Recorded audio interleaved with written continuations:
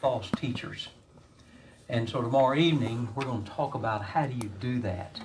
How do you identify false teachers? You can go in bookstores and pick up all kinds of things to read, and you can turn on television and watch all kinds of guys. Well, how do you know if they're false or not? How do you know if they're real? Well, Jesus gives us some very interesting information about that. And so tomorrow night, we're going to talk about how you identify false teachers. But tonight, I want us to talk about this thought.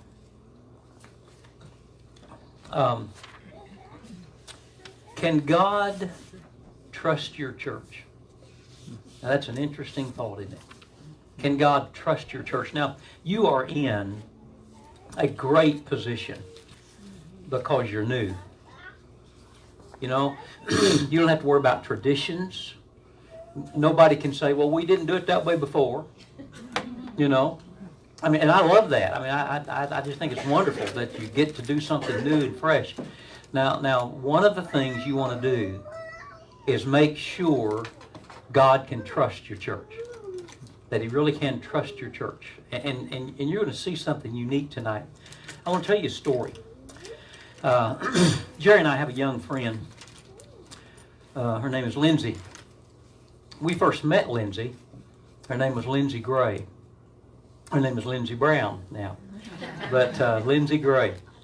And Lindsay came into our church in Tulsa one Sunday morning. We had built a bunch of new buildings and had a very large foyer area, and we had an early service and a later service. And I was just getting ready to go into the early service. And I saw this young lady come in, and our greeters visit with her. And in a few moments, one of our men brought her to me. They said, Pastor, this is Lindsay Gray. And Lindsay really needs to see you. Now, Lindsay is a beautiful young lady. She's an African-American young lady, just gorgeous. I mean, drop-dead model gorgeous. She is a beautiful young lady. Brilliant, articulate. She today is a vice president at one of the banks in Oklahoma City. But when I first met her, she was a young lady not far into her college training, and just out of high school into her college training. And Lindsay that morning was kind of disheveled. She'd been crying. And I looked at her and I said, Lindsay, what can I do for you? And she said, well, Pastor, I was just driving by this building and I just turned in. She said, last night at the Walmart up the street from this church, she said, my 16-year-old brother was killed in a drug deal gone bad. Said he was shot by a guy and died. And I don't know what to do. I said, well, Lindsay, I know what to do. And I said, as soon as this service is over, you and I are going to get together. We're going to talk about what to do. So we had the service. I got her with some of our ladies, some of our young ladies. And she sat with them in church. After the service was over, I got with her for a few minutes back in my office. And she kind of walked through the story with me. And her brother had been killed not far from our church the night before. And so we walked through that with Lindsay. And actually helped with the funeral.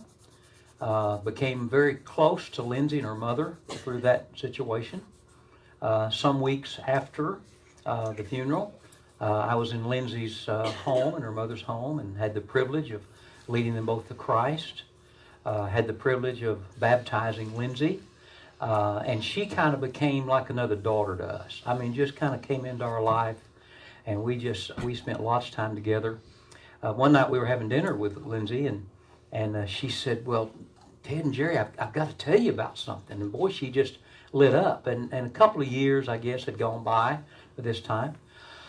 And I mean, she just lit up, and she said, I've met a young man. And I said, well, tell me about him, because he was like a daughter to us. I'd ready to whip him, I'm getting in Lindsay's life. Who do you think you are, And so she told us about a young man by the name of Kwaku. And Kwaku's from Ghana. And Kwaku's a young Christian businessman in Tulsa at that time. And so they'd gotten together and they fell in love. Long story short, I did their wedding. And now Kwaku has become just like another son to us. Here just not too long ago, before we'd moved back to Oklahoma City. Lindsay and Kwaku now live in Oklahoma City. And before we'd moved there, I was driving across Oklahoma City late one night, 9:30, 10 o'clock. And I was on my way back to Tulsa. I'd preached somewhere out west, and I was on my way home. And Jerry wasn't with me. And I thought, I'm going to give Lindsay and Kwaku a call. I was kind of going across that part of Oklahoma City. And so I called, and Kwaku answered the phone. He said, hey, Pastor Ted, so we just getting ready to call you. I said, you were? Yeah. I said, Lindsay wants to talk to you. And so Lindsay on the phone said, hey, Pastor Ted. I said, how are you, Lindsay? She said, happy anniversary. I said, what anniversary? She said, 5 years ago today we met. Amen. 5 years ago today, when God brought me into that church. And later I came to know Jesus. Now folks, listen. Why did God trust us with Lindsay? Why did he do that? I could tell you some more stories of unusual situations and life situations that God brought into South Tulsa Baptist Church. We had an opportunity through a flight school in our city to meet a group of Chinese students. Some of those students were involved in Tulsa University. And one of our ladies was a professor at Tulsa University who happened to be from China. And she just loved all these Chinese students that would come in. And we had the privilege of leading several Chinese students to Christ whose parents are high up in the Chinese party, the Communist Party in China. And we had the opportunity to lead them to Christ. I had the opportunity to sit down in Li Ying's home, Li Ying and Tian's home, Jerry and I did, to sit down with a group of Chinese students who had come to Christ. And I got to lead them in their first Lord's Supper that they'd ever had in their life as believers. And God just sent these kids to us. And we had the privilege of helping them come to know Christ and baptizing in the fellowship of our church. Why did God trust us like that? Now folks, listen, I've really thought through this today, and I want to make this real personal tonight. I just want to make it real personal for your church, because I believe God wants you to be a church he could trust. That he could trust with anybody. That he could trust with any situation, with any life. A church that God could trust. Now, I want you to look with me in Matthew chapter 7. and the very beginning verses of chapter 7. We're going to go down through verse 5. But I want you to look at this. Do not judge, so that you will not be judged.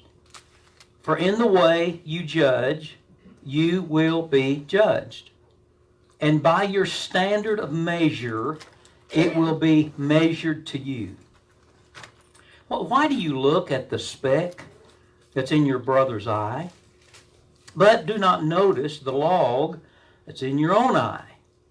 Or how can you say to your brother, let me take the speck out of your eye, and behold, the log is in your own eye? You hypocrite. First, take the log out of your own eye, and then you will see clearly to take the speck out of your brother's eye. Now, I want to call your attention to verse 5, okay? Because I see something in verse 5 that I don't know that we see commonly. Jesus wants you to be in the speck removing ministry. Okay? He wants you to be in that ministry. And he wants you to be able to help people move forward in their life. Now listen, whether you've got a log in your eye or a speck in your eye, you're not moving forward till that's corrected, right? I mean, let's just make that very literal right now. If I've got a speck in my eye, then I've got to deal with that. If I got a speck, my eyes are closed, I'm not moving, I got to deal with that. Speck's got to come out. Okay, now if you look at verse 5, he says, first, take the log out of your own eye, then you will see clearly to take the speck out of your brother's eye. In other words, he wants you to see clearly to take the speck out of your brother's eye. He wants you to be able to help people move forward in their walk with God. He wants you to understand what it takes to help people move forward in their walk. Okay? All right, now, so what I want to do is go back through this passage of Scripture, and how do we become a church like that? How do we become a church? I mean, wouldn't it be awesome? And Dee showed me maybe some of the property, the building that could happen for y'all. And I know there's a lot up there about that. But what what if God does put you in that part of your town? What if God does do that? There'd be a lot of people there God could trust you with. See, a lot of people there. And so let's see, what would it take for you to be a church that God could trust? Here's the first truth that I want you to see tonight. To be a church that God can trust, we must live, and I emphasize the word live, it must be our habit, we must live by the sowing and reaping principle. We got to live by that, okay? Now, I want you to see something. Look closely with me. Look closely with me in verse 1, okay? Do not judge. Okay, let's stop right there. Do not judge. All right, now that word judge is an interesting word. Hi, babe. How you? That word judge is an interesting word. Let me tell you what that word judge means. Okay, it means to separate. Okay, it means to separate, but more than just separate, it means to form an opinion that causes separation. Okay, so if I judge somebody, that means it's really not that I say something about them, or that it's the idea that I've just got an opinion about them. I don't have to say anything. I've just got an opinion about them. And that opinion that I have about them separates me from them. That opinion I have about them keeps me from being a part of their life. That opinion I have about them keeps me from working with them and loving them and making a difference in their life. I don't have to stand around and say, well, that guy's got really some things wrong with him. No, all I have to do is just have an opinion that separates me from him. That's all I have to do. That's the word judge. Okay? All right, now, look at this now. Do not judge. All right? Why? That's where you ask a question. Why? Do not judge. Why? So that you will not be judged. All right, now, in other words, if I have an opinion about somebody that separates me from them, what's going to happen is folks are going to have an opinion about me that separates me from them. So if a church gets a reputation of kind of judging people, it gets a reputation of not receiving people, it gets a reputation of not loving people, what happens is the community begins to separate from that church. And if you as an individual, you kind of get a reputation of not receiving people and not loving people and not bringing people into your life, then they begin to separate from you. So Jesus says, now do not judge, don't have an opinion that separates, so that you will not be judged. All right, now look in verse 2. For in the way you judge, you will be judged. Now, boy, what a statement. For in the way that you judge, you will be judged. All right, so in other words, I now have an opportunity to determine what's God going to do in my life. Because if I judge people, he says, you're going to be judged. If I separate from people, you're going to be separated. All right, now look at this. This is so interesting to me. For in the way you judge, you will be judged. Now look, and by your standard of measure, that judgment, will be measured to you. All right, now, what is a standard of measure? Okay, by that standard of measure, by your standard of measure, it will measure. What is a standard of measure? Well, a standard of measure basically is a measuring vessel. If you were to go into our home tonight and go into our kitchen and face the oven, the stove, on the right side there's a drawer, and if you pull that drawer out, there's a whole bunch of orange measuring devices. And you can pick up some of those, and one of them will be a half a teaspoon. One will be a teaspoon. One of them will be a cup. One will be half a cup. All right, those are measuring vessels. Those are a standard of measure. All right, now look at what Jesus says. This is almost comical. All right, now look at this. By your standard of measure, be measured to you. All right, so let's just say that I kind of pour a cup of judgment on people. Then I get a cup poured back on me.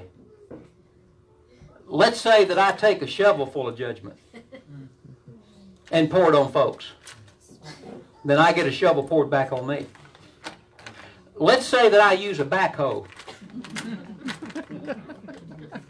And I pour a backhoe judge. I just judge everybody. I just separate from everybody. Nobody's good enough for me. Nobody's perfect enough for me. No, that guy shouldn't be in my church. That person shouldn't be in my. Why in the world those people come? And I just pour that on them. Jesus says that's what gets poured back on me. All right. So I have to decide something here. If I'm going to be a church God can trust, I've got to say I will not separate from anybody. Amen. I will love people. It doesn't mean I agree with their life or their lifestyle. That's not even the issue. It's do I love them? Do I care about them? I think of Lindsay and all that she means to us. I mean, there's probably not much of a way that Jerry and I can explain how much we love this young lady and how much we love Kwaku. And I mean, they're just our kids. They're just who we are, and we just and I think of all the reasons I could have judged Lindsay. I mean, when we did the funeral at our church, the drug culture came into our church for that funeral. Gangs came into our church for that funeral. In fact, the day of the funeral, I had a detective call me that morning. Pastor Kersh, do you understand who's going to be there today? Well, probably not.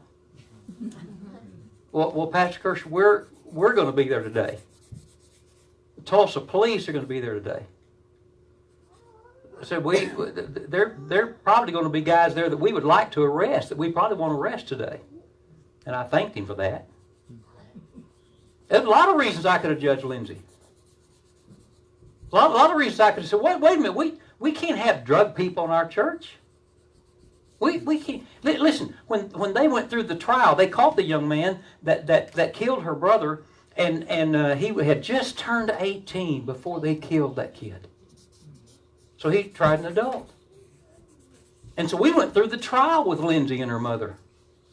The day that they sentenced him, we're sitting in the courtroom with Lindsay, and she's going to make the victim statement. And they bring this young man in with some other young men. They're going to sentence 4 or 5 guys all at the same time. And they bring these young men in, all in orange, and they're all chained together. And you can hear those chains rattle. They come, young guys, just broke my heart. And they bring those young guys in, and they set them in the jury box.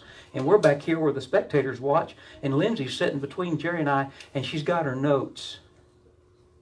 And she's articulate, bright young lady. Like I say now, she's a vice president of a bank. A wonderful young lady. And she's sitting there between us. And in a minute, the judge calls her name. And she gets up with her notes and walks up there and sits down in the witness stand and looks over at that group of boys. And particularly that boy who had killed her brother. And she took her notes, had them in a folder. She took her notes and just folded them over. Kind of laid them down.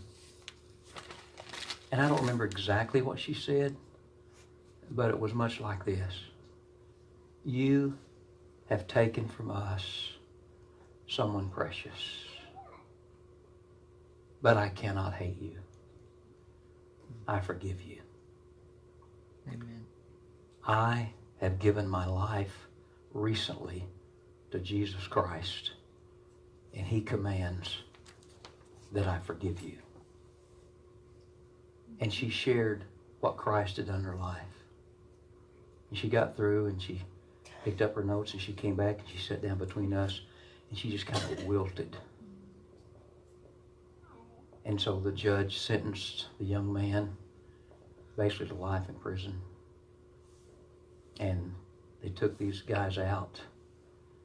And the only man or person that was there for the young man was his dad.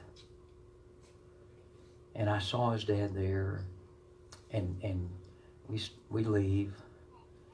And just before the elevator door closed, the dad's hand came into the elevator, pushed those doors back. He looked at Lindsay, her mother, and said, "I am so sorry. I don't have words. I'm so sorry." And that door closed. I finally got back to my office that day, and I sat in the chair in my office. God spoke to me, said, "Will you go after that man? Will you go after that man?" And I said, "Yes, I will." And I called. He finally found out who his attorney was, called, got phone number, did everything I could to try to get into that gentleman's life, and he never reconnected with me. But I think God was saying, can I trust you to have Lindsay in your life and the man whose son killed her brother? Can I trust you? Been a lot of reasons for me to judge a lot of people. But for me to do that would have been saying, okay, God, judge me. Judge me. So if you're going to be a church God can trust, you have to live by the sowing and reaping principle. And if you judge somebody, be ready to be judged. And if you judge them greatly, be ready to be judged greatly. However you judge others, it will be put back on you. And so as a church, you probably will have to decide, are we going to be a church God can trust?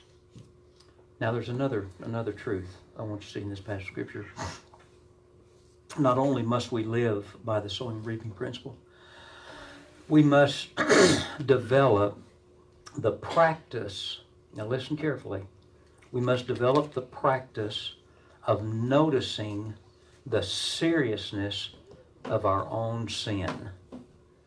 We have to develop a practice, because there'll be a lot of times when you'll see somebody and you'll know their life and you'll know their sin, and you'll think, man, their sin is so bad. Well, that's not where I've got to go.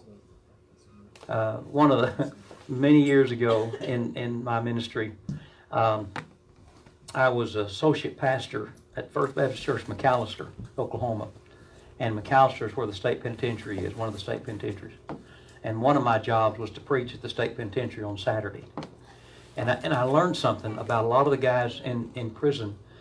The guy in the cell next to them was always worse than they were. They'd talk to me and say, yeah, I did this, preacher, but this guy, go down there to that next cell, that guy's really bad. Well, have y'all noticed that's kind of our habit? The sin of others is always worse than my sin. God can't trust that. He doesn't trust that. We have to get into a practice of noticing the seriousness of our own sin. Now, I want you to look carefully at these next verses, and we're just going to kind of walk through them and do a little word study, okay? Now, Jesus asked a question in verse 3 and 4, all right? He says, verse 3, why do you look? Now let's stop there. Why do you look? That word look there means to inspect.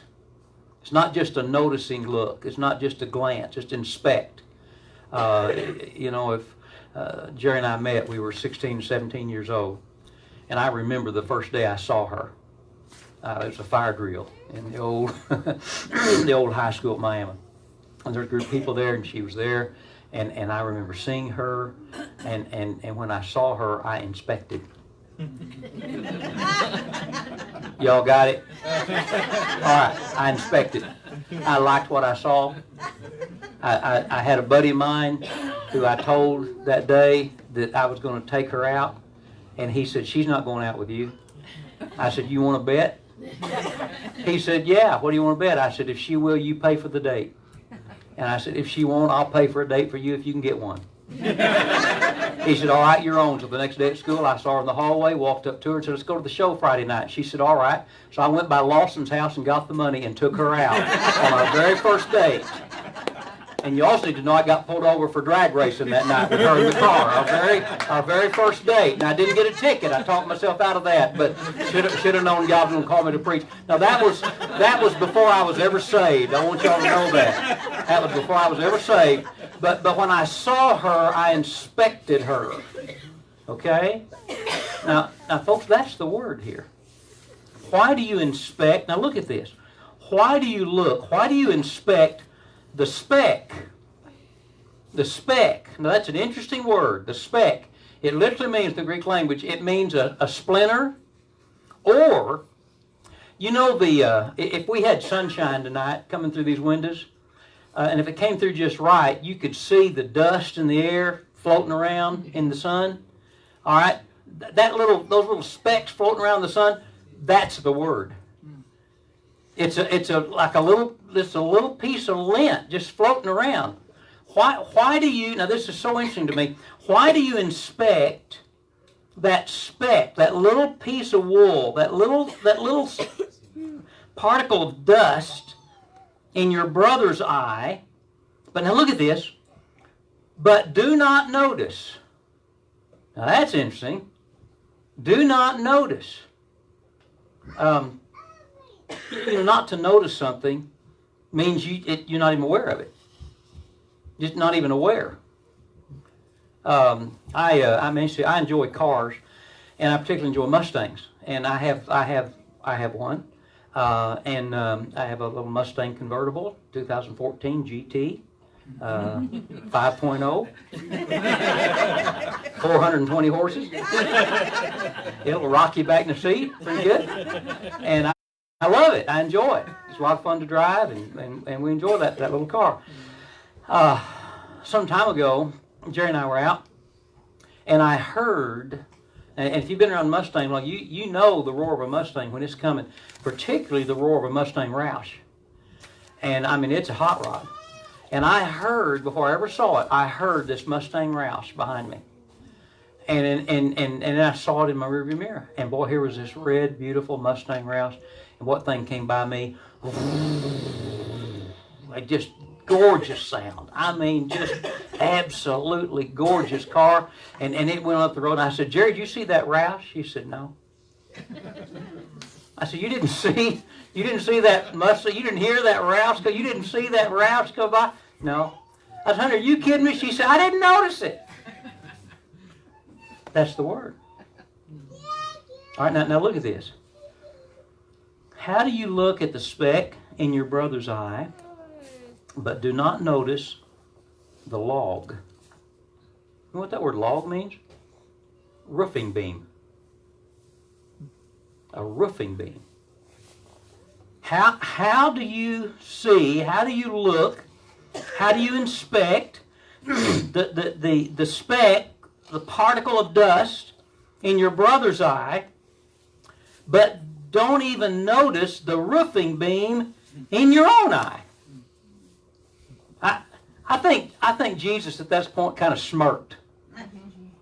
How do you see this particle of dust in somebody else's eye, and you don't even know it, and you're inspecting that dust, you're looking at it closely, and you don't even see the roofing beam in your own eye? Now, folks, there's a principle there that we don't want to miss. All right, now here it is, and I hope you'll write this down or think through this. That which I see in your life is always smaller than that which God sees in mine. See, that which I see in your life, no matter what it is, that I see in your life is always smaller than what God sees in mine. And that you see in my life is always smaller than what God sees in yours. God says, whatever I see in your life is a speck, and whatever He sees in mine is a log. And we've got to keep that in mind. See, we've got to understand that. I have a wonderful friend of mine who's has a business down in the Dallas area now. His name is Mark. And I first met Mark in a gym in Tulsa. And Mark was in the health business. He's built like a rock. And we just kind of would end up at the gym about the same time each morning. I used to go early for work and then go across the street to work. And so I just kind of got acquainted with him. He was a young guy, and I wasn't a young guy. But I just got kind of acquainted with him. And I'd see him in the gym, and he'd be handling these big weights. And I'd walk by and bump him. And we just kind of became friends. And every once in a while I'd say, hey, if you need some help with the big stuff, let me know. I'll help you out. You know, and he's strong, just an ox. Just a strong guy. And we became friends. And there was a lot about Mark's life that was really different. Attitudes, practices, lots about his life that was different. But I kept remembering whatever I see in his life is a speck compared to what God sees in mine. And over a period of time, I had the privilege of witnessing to Mark and helping him come to know Christ. And I'll never forget the day he gave his life to Christ. He said, would you come tell my wife what you told me? And so she comes to the Lord. I have the privilege of baptizing them in the fellowship of our church. But everything I saw in his life was a speck compared to what God saw in mine. And so you see, folks, if we're going to be a church that God can trust, we have to develop the practice of noticing the seriousness of our own sin.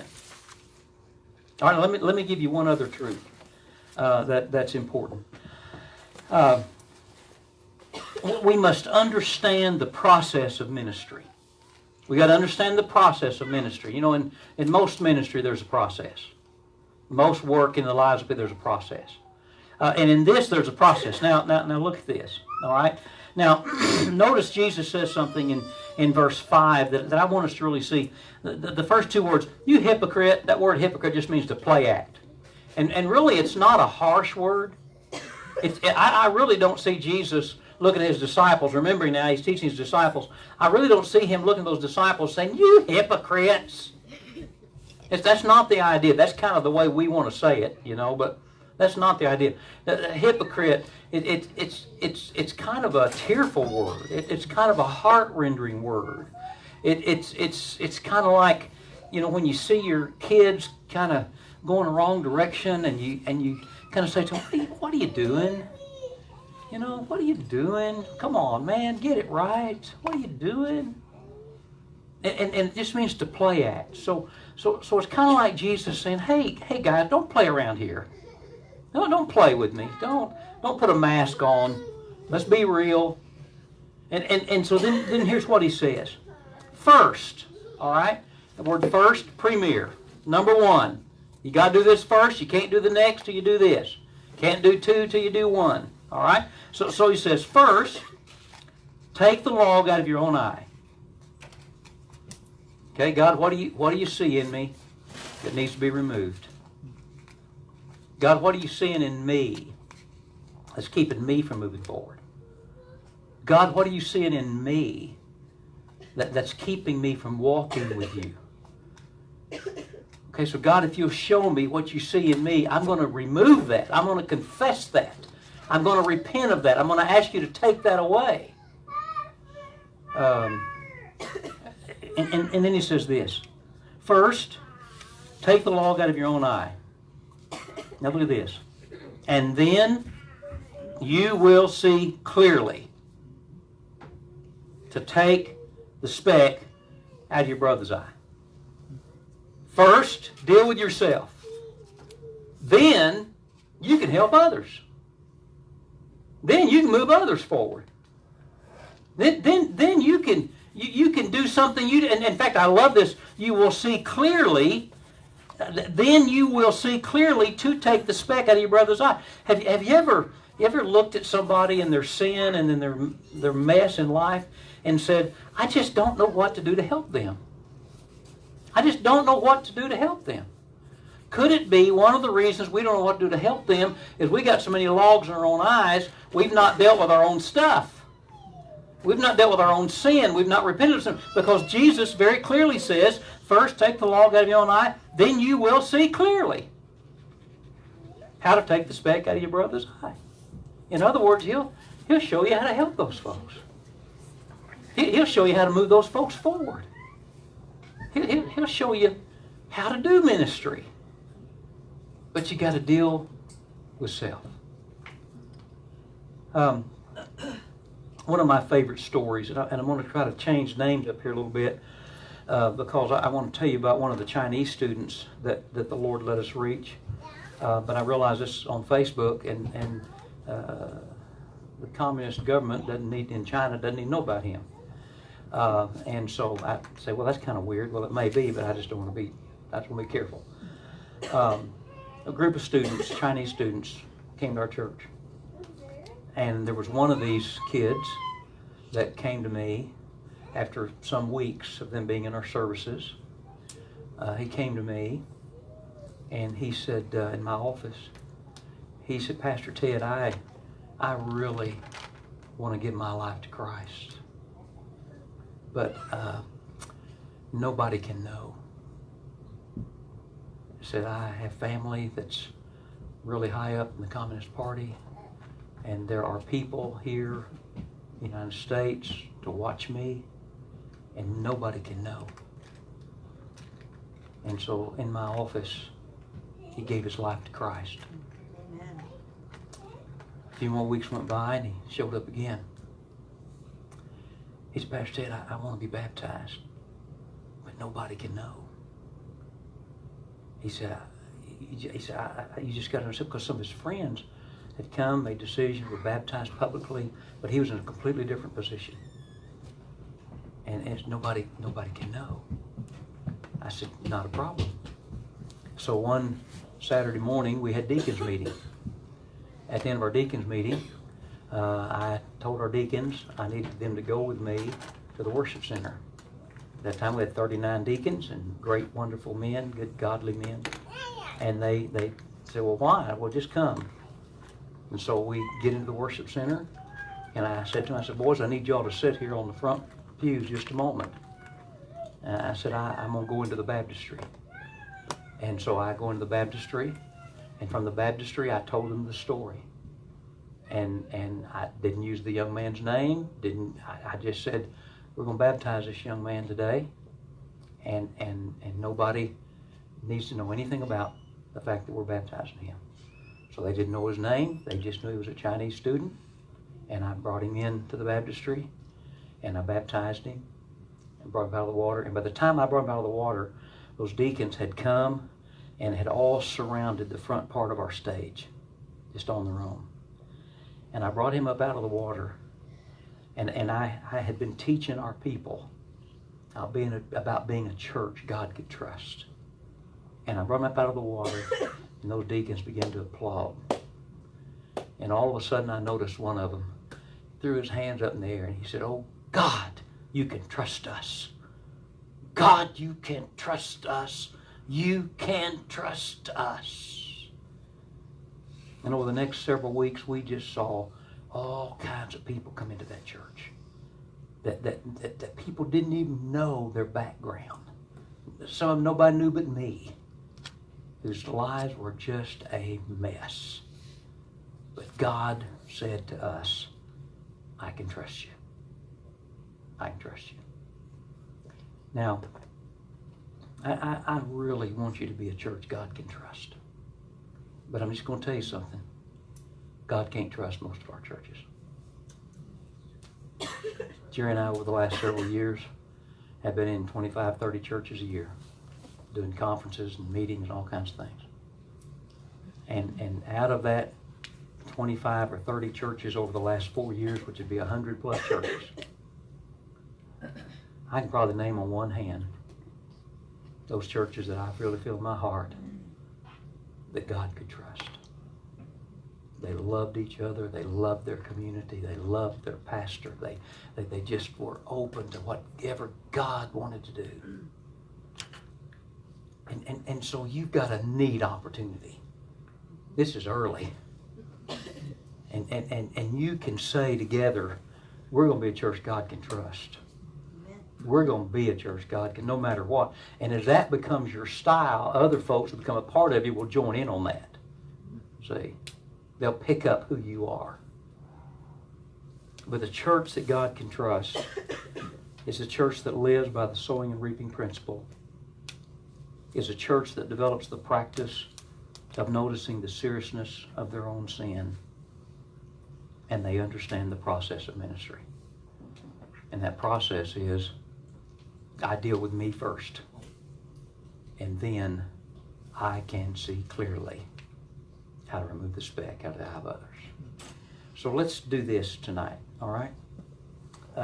We'll not have any music, but just bow before the Lord. And I think our prayer should be, God, would you make us a church you can trust? Just make us a church you can trust. Lord, we don't even know what that means. We really don't. We don't even know what that means. But Lord, just make us a church you can trust. Let's just talk to the Lord about that for a minute.